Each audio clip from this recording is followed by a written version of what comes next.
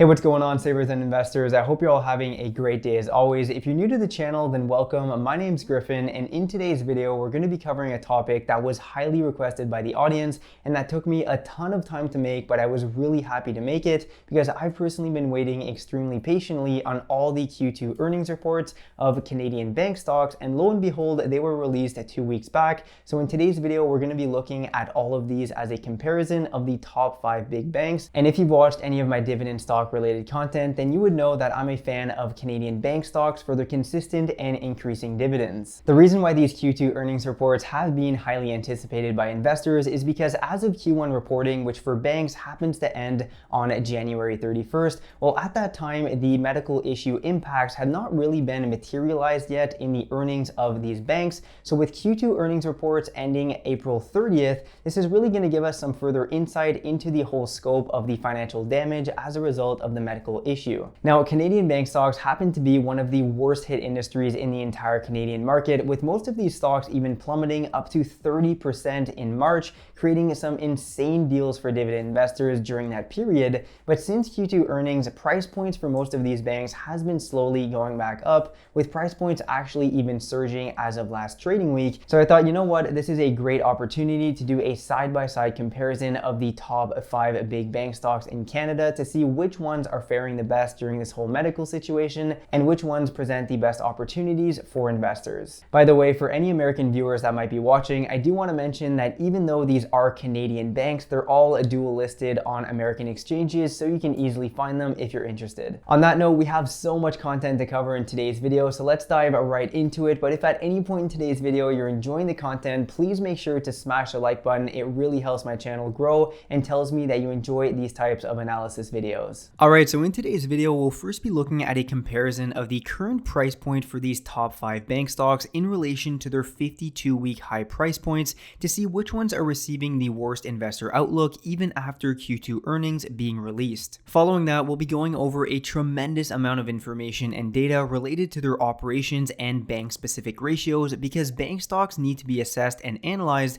with a different set of criteria and metrics due to the nature of their business, which is primarily lending out money and collecting interest. We'll be speaking more about each one of these bank-specific ratios once we're in the Excel spreadsheet. And finally, I'll be commenting on whether or not I believe any of these bank stocks are still worth purchasing at their current price point, considering their financials and the current state of the market coming in to the second half of one of the weirdest and most unpredictable times in history. Are any of these bank stocks still good deals, and which ones are the most at risk? We'll be finding out all about this in today's video, so I really hope that you enjoy it. Jumping into the Excel spreadsheet, a couple things to mention before we go any further. This is a bank stock comparison between TD Bank, Royal Bank of Canada, Scotiabank, Bank of Montreal, and CIBC. All numbers are for Q2 2020 unless otherwise specified to be from Q1, and all the values are in millions of dollars unless they are percentages and ratios. Let's start off at the top with the current market cap of each one of these stocks, and note that this is as of June 6, which is a Saturday evening while the markets are closed,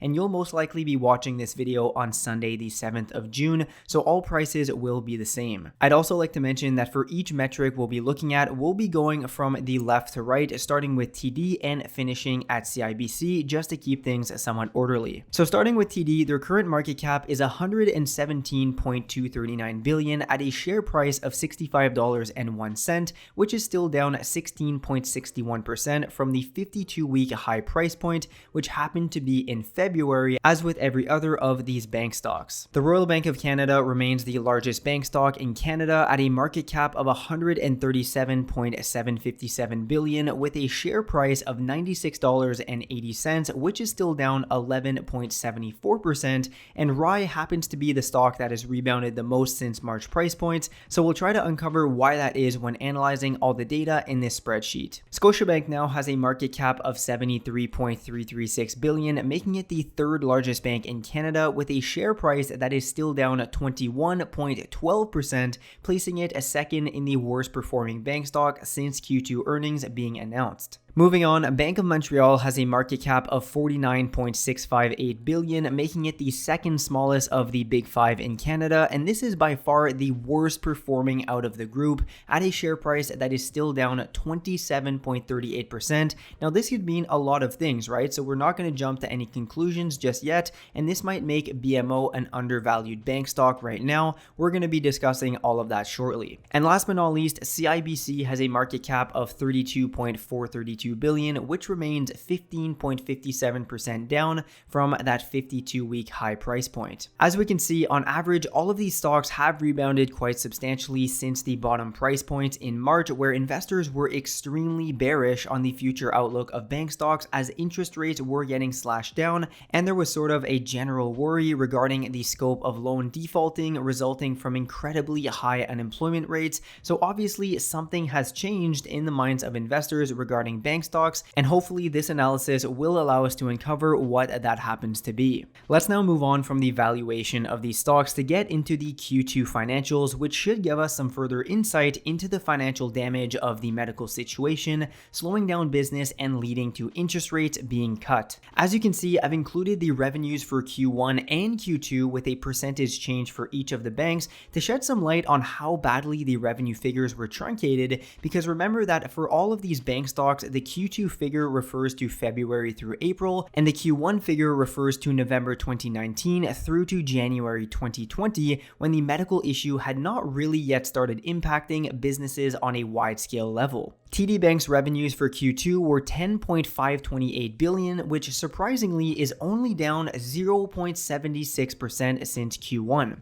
Honestly, I don't think anyone was really expecting this, and I personally find it really surprising considering some of the other data that we'll be looking at shortly in regards to the bulk source of their income. Regardless, TD Bank has performed extremely well quarter over quarter. Moving on to the Royal Bank of Canada, their income for Q2 was $10.333 billion, which is down 19.50% since Q2 2020. So obviously, Royal Bank has been hit much harder than TD from a revenue standpoint, even though investors seem to be favoring this company, considering that the stock price is only down that 11.74% since the 52-week high. Pretty interesting if you ask me. Scotiabank's revenues were $7.956 billion, down only 2.27%, and CIBC's revenues were $4.578 billion, down 5.71%. Now, the bank that got hit the hardest from a revenue standpoint was in fact Bank of Montreal at revenues of only $5.264 billion, for a fluctuation of 21.98% since Q1 2020. Without even looking any further, this is without a doubt one of the contributing factors to BMO performing so poorly when compared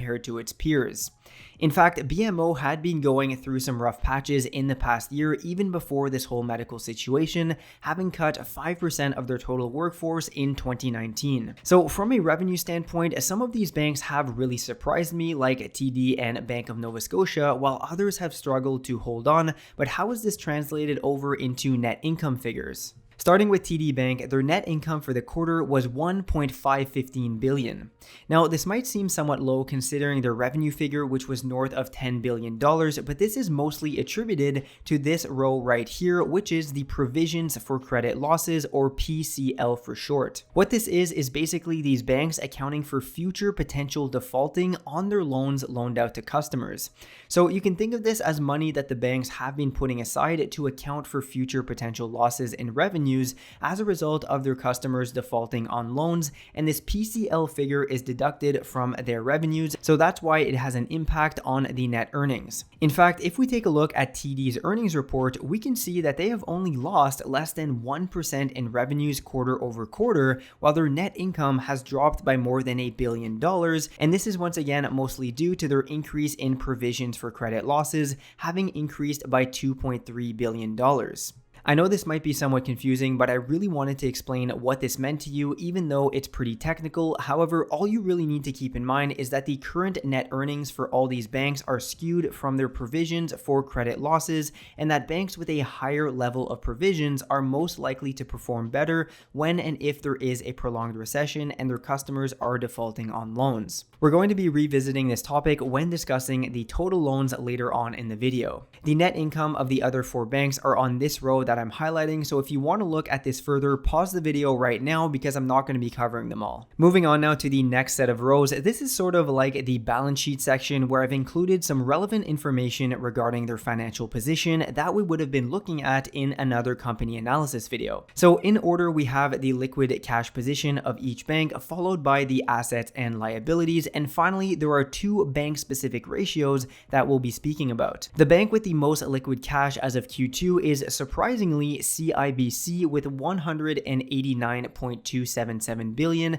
and the bank with the least liquid cash is sort of unsurprisingly Bank of Montreal at 71.593 billion. TD also has a nice and substantial cash position at 152.057 billion, making it the second most liquid bank on the list, and we're going to be revisiting this cash position later when speaking about the dividends for each bank. Okay, let's now speak about the total assets of each bank, but before that we need to define what an asset even is in regards to a bank, because this is different than basically every other company that we've done an analysis on. With other traditional companies, assets include cash, property, goodwill, short-term investments, receivables, and the list goes on. However, with banks, assets are actually loans that they provide to their customers. Now, I know that this sounds pretty strange because how could a loan be an asset, right? But to answer that question, we need to think of what the true definition of an asset really is, as defined by Robert Kiyosaki in his book, The Cash Flow Quadrant. Basically, an asset is something that generates income for you, whether it be stocks, GICs, cash flowing real estate, etc. So with that definition in mind, when a bank loans out money, they have entered into a contractual agreement with the borrower to receive payments each and every month, with a portion of the payments being interest. It's for this reason that a bank can put these loans in their asset column, because the loans generate them income regardless of what the loan is used for. In fact, on a little tangent here, one of the reasons why Robert Kiyosaki says that a primary residence isn't an asset for the individual, but rather an asset for the bank, is because the house doesn't generate cash flow for the individual, while it creates cash flow for the bank, therefore making it a liability for the house owner, but an asset for the bank. Now that we understand what is considered an asset for a bank, TD and Royal Bank have almost identical total asset figures at just above $1.65 trillion. That is trillions with a T. I mean, that's hard to even wrap your head around, but the bank that has the least amount of total assets is CIBC, but this isn't necessarily all that surprising considering the fact that it is the smallest of the 5 banks. Now, what about the liabilities for these 5 banks, considering our definition of what an asset is? Well, if we flip the asset definition, this would make a liability anything that takes money out of the bank's pocket. In this case, that happens to be interest paid to customers for the money that is sitting in their bank accounts, because think of it, if a bank has to pay a couple percent in interest on all the money that is just sitting in their customers' accounts, this is money that is flowing away from the bank, making it a liability, which is actually pretty interesting if you think of it. Once again, TD and Royal Bank are almost tied in terms of liabilities, just shy of $1.6 trillion, and CIBC has the least amount of liabilities at $718.883 billion.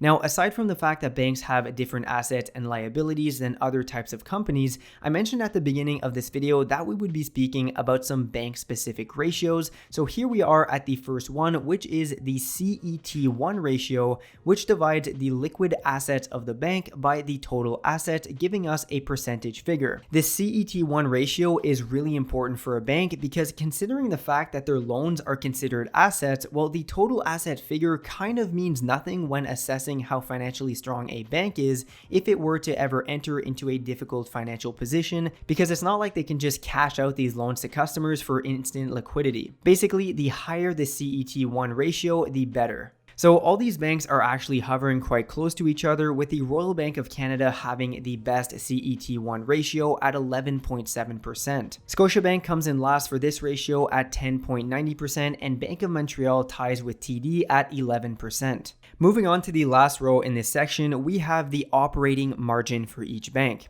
If you aren't aware of what an operating margin is, it's basically a measure of how much profit a company makes on each dollar of income after paying for variable costs of operations such as wages, materials, leases, etc., but before paying interest or tax. So in all cases, the higher the operating margin, the better. But the reason why I've included it in this analysis is because considering the fact that banks generate a high percentage of their income from interest, well, with extremely low interest rates in both Canada and the United States right now, banks are at a real risk of facing highly truncated revenues for the foreseeable future.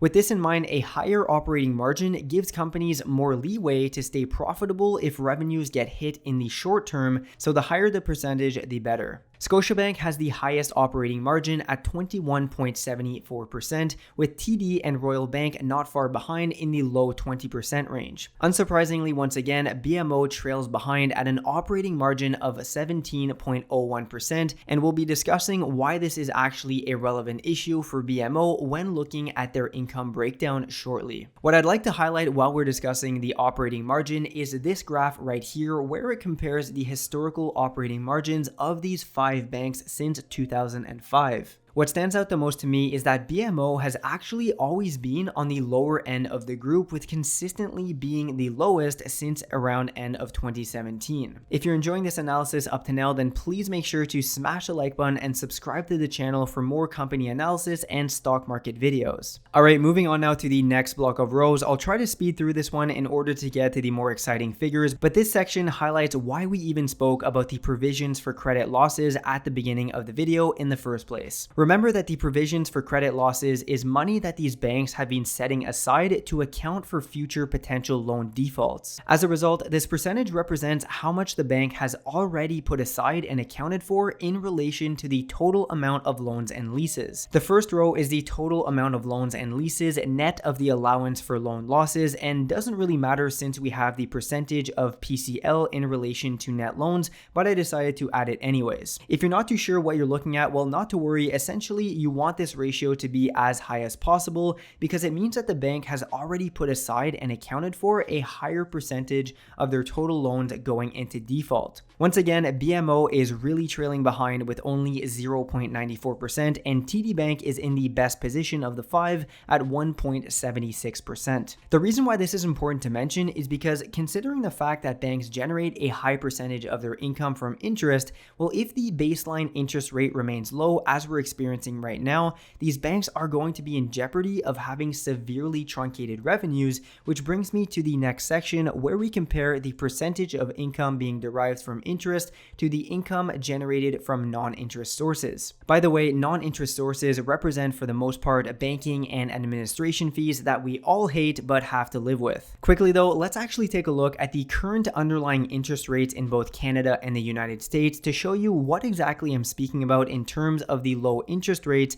that will have an impact on the revenues of these banks. Looking at the 25-year chart for Canada first, we can see that interest rates are extremely low right now in the 0.25% range, and for the United States, same thing, we're seeing interest rates right now in the 0.3% range. Back to the spreadsheet and starting with TD Bank, well, as of Q2 2020, they generate 61.36% of their income from interest payments. The lowest of the bunch is Royal Bank at only 52.89%, which I really like to see considering the current macroeconomic situation that we're currently living through. And once again, BMO is in the worst possible situation of them all at 66.83% of their income being derived from interest payments. This basically just means that a higher percentage of their income is being derived from interest payments, so if the interest remains relatively low, they're highly exposed to lower revenue figures for the foreseeable future. Now, I said earlier that we would be revisiting the provisions for credit losses when speaking about the income sources of these banks, so here we are now, and the reason why I said that is because for a bank like BMO that has 66.83% of their income being derived from interest, you would think that they would want to have the highest bolstered provisions in relation to their loans, but actually that is not the case. It is the least bolstered bank in terms of provision losses, which is a huge red flag for me, especially considering the fact that they also took the largest hit from a revenue standpoint and they have the lowest operating margin. Alright, so we've pretty much gone through all of the main financials and metrics for these banks, and now we'll be speaking about their current value and dividend yield to see whether or not these are still good dividend stocks to add to your portfolio, and I'm going to be sharing my thoughts on which one of these banks are the best positioned for success during the unprecedented period that we're currently living through. These three rows right here contain the current PE of each of these banks, and I've also gone ahead and calculated the average 5-year price to earning of each one of them to determine whether or not these companies are at a discount from an earnings standpoint.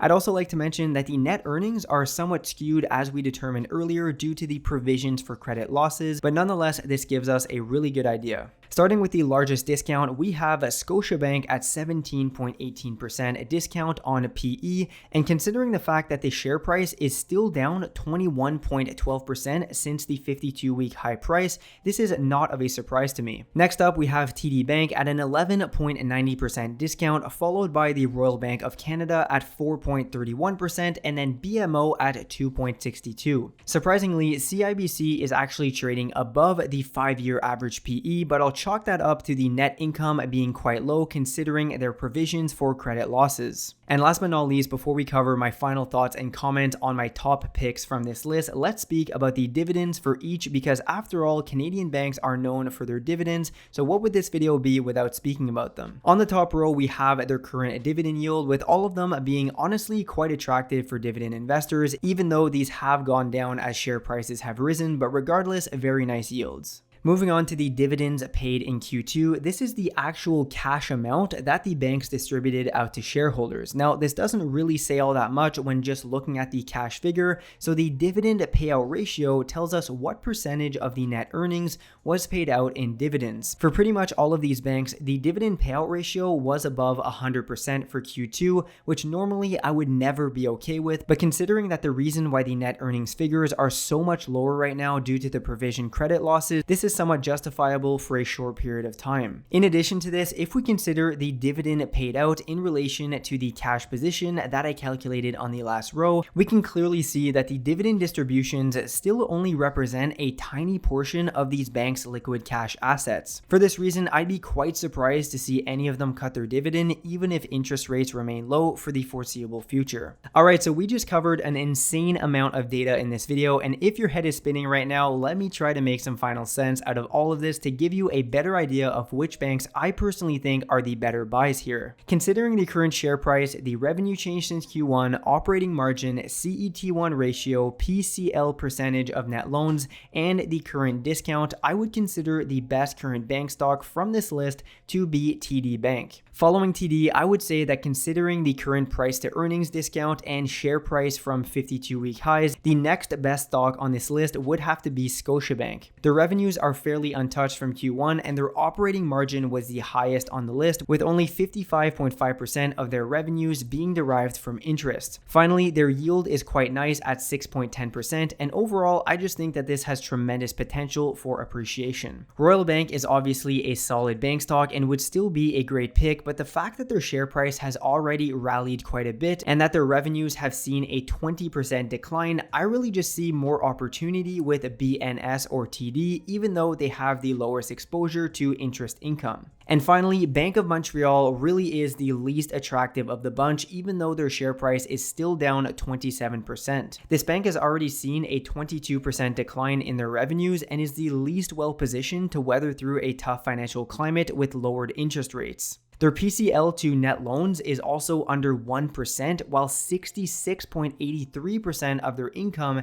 is derived from interest. So I really think that we're going to be seeing this bank posting some underwhelming numbers in the coming quarters. So what did you think of today's analysis and interpretation of the Q2 earnings reports for these top 5 Canadian bank stocks? I would love to know. Leave a comment down in the description so we can talk about it. And if you enjoyed today's video, please make sure to smash the like button. It really helps my channel grow and reach a wider audience. If you're interested in learning more about stock market investing and these types of company analysis videos, then make sure to subscribe to the channel and hit the bell button so that you're notified whenever I release a new piece of content. And on that note, thanks a lot for watching. I'll see you in the next video.